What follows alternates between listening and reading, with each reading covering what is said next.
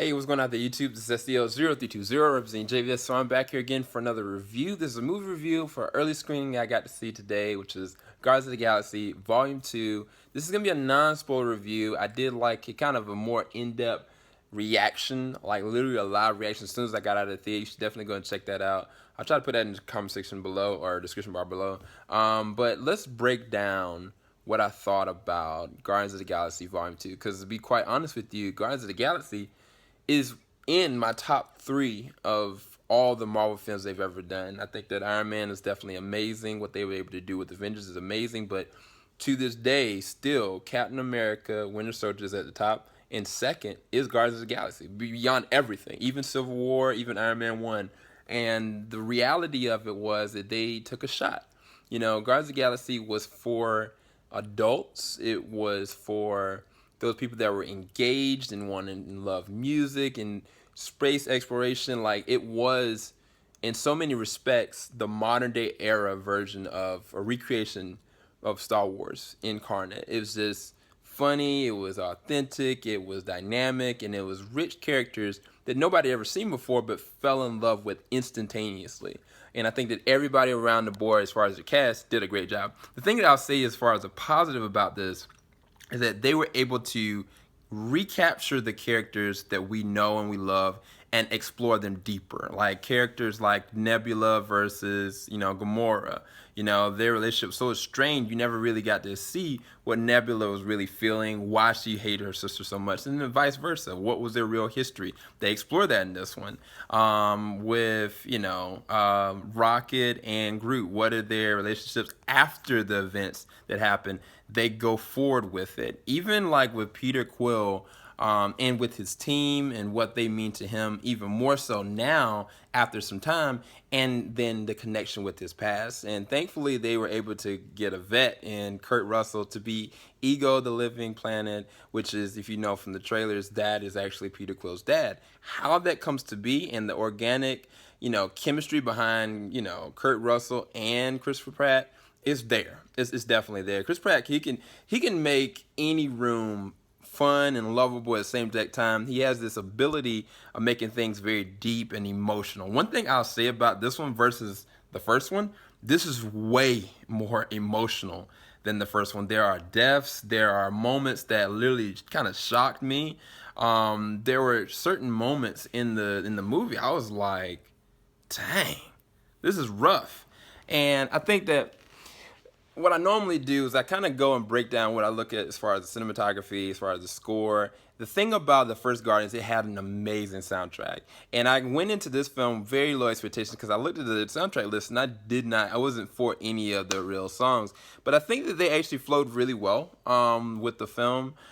They were nowhere near as good as the soundtrack as the first movie. To be quite honest with you, there were some times I was kind of like, they didn't really need a song during moments. I think that they would have probably served better as a musical score, but the moments that are emotional, the moments that actually matter, the songs that they do select do work. Specifically the very last song towards the third act of the film, I thought that was very well key.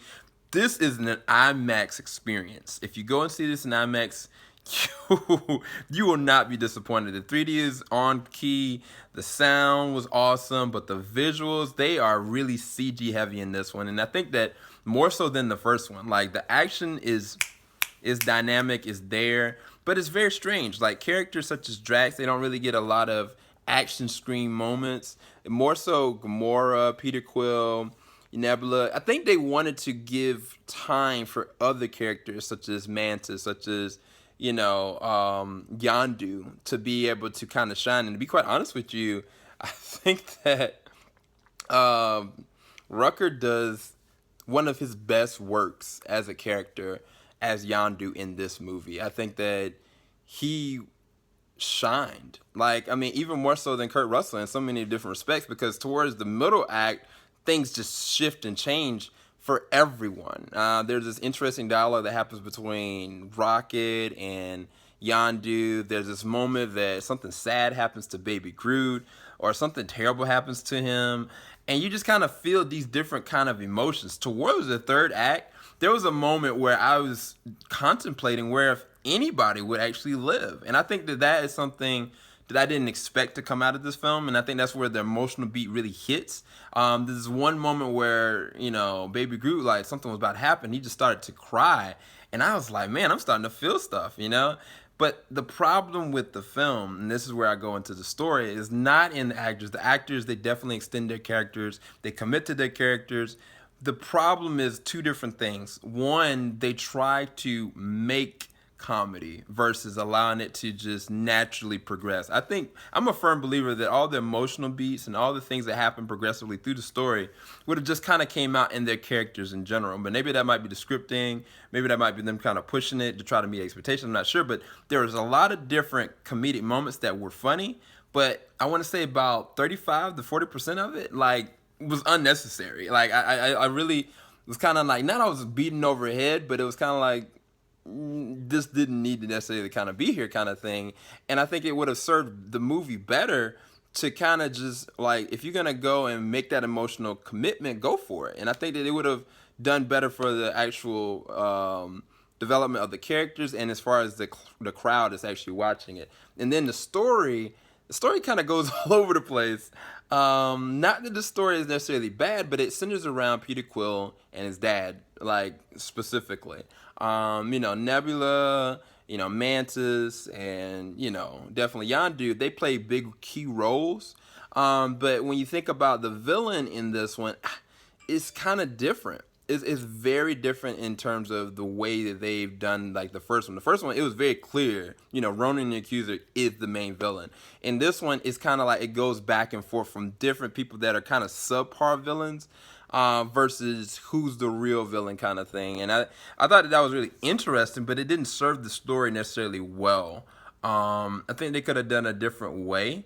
Maybe if they would have left this one party out, I don't want to reveal who they are, but the only hint that I can give you is when they were actually piloting the ship, it looked like they were playing a video game, which is a funny joke, but it was kind of like at a certain point I was like, but it does amount to something, and there are, like, post-credit scenes, specifically 5.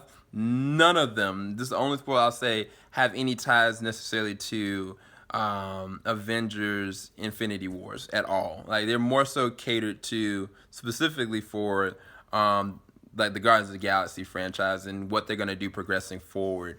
But there are a lot of hidden gems in the movie. I did like a lot of those callbacks and cameos. Randomly, Sylvester Stallone plays a role in it. It was really interesting. He's more kind of a cameo. I didn't see Michael Rosenbaum necessarily in it. I think I know who his character was. He was really close next to Sylvester Stallone's character. But in general, this was not better than Guardians of the Galaxy 1. Was it a bad film like I thought it was going to be? No, it was actually very emotional and very entertaining, and definitely be a movie I'd definitely go see again. Like, it wouldn't be at the bottom of the Marvel list for me. It definitely was better than, like, Thor, Ragnarok, both of the Iron Man 2 and 3s. Dare I say it was definitely better than Avengers 2 to me. So I think that they did a good job, but I think that they just should have committed more to, you know, the character building they're trying to represent, and less on the beating on the head of the comedic feel. But I do say that with Baby Groot, the way they utilize him, they didn't use him like a prop. Like, he actually is a fleshed out character. And I don't know how they did the voice acting with Vin Diesel for Baby Groot, but either way, he definitely did steal the show. But Yondu was the best out of everything. So I give this one an 8 out of 10. I did enjoy it. I might upgrade to 8.5 out of 10. We'll see if I go and check it out again. Maybe I might, you know, recapture some magic and, like, love it all over again. A lot of informational content that happens, a lot of deep things that kind of happen. So it's kind of hard for me to still process. But in general, it was a decent film. It was a pretty good film. It's just, it could have been better. I think the reality is that it just could have been better. And I think that trying to meet the expectations of the first one was the problem versus making this his own film. And I think it's unfair to kind of, like, compare the two, but it's going to be very impossible. But generally, I think that if you go and check it out, you're going to have a good time. Go with low expectations. Don't go in thinking this is going to be the best or better than the first, but you might like it better than the first. I don't know.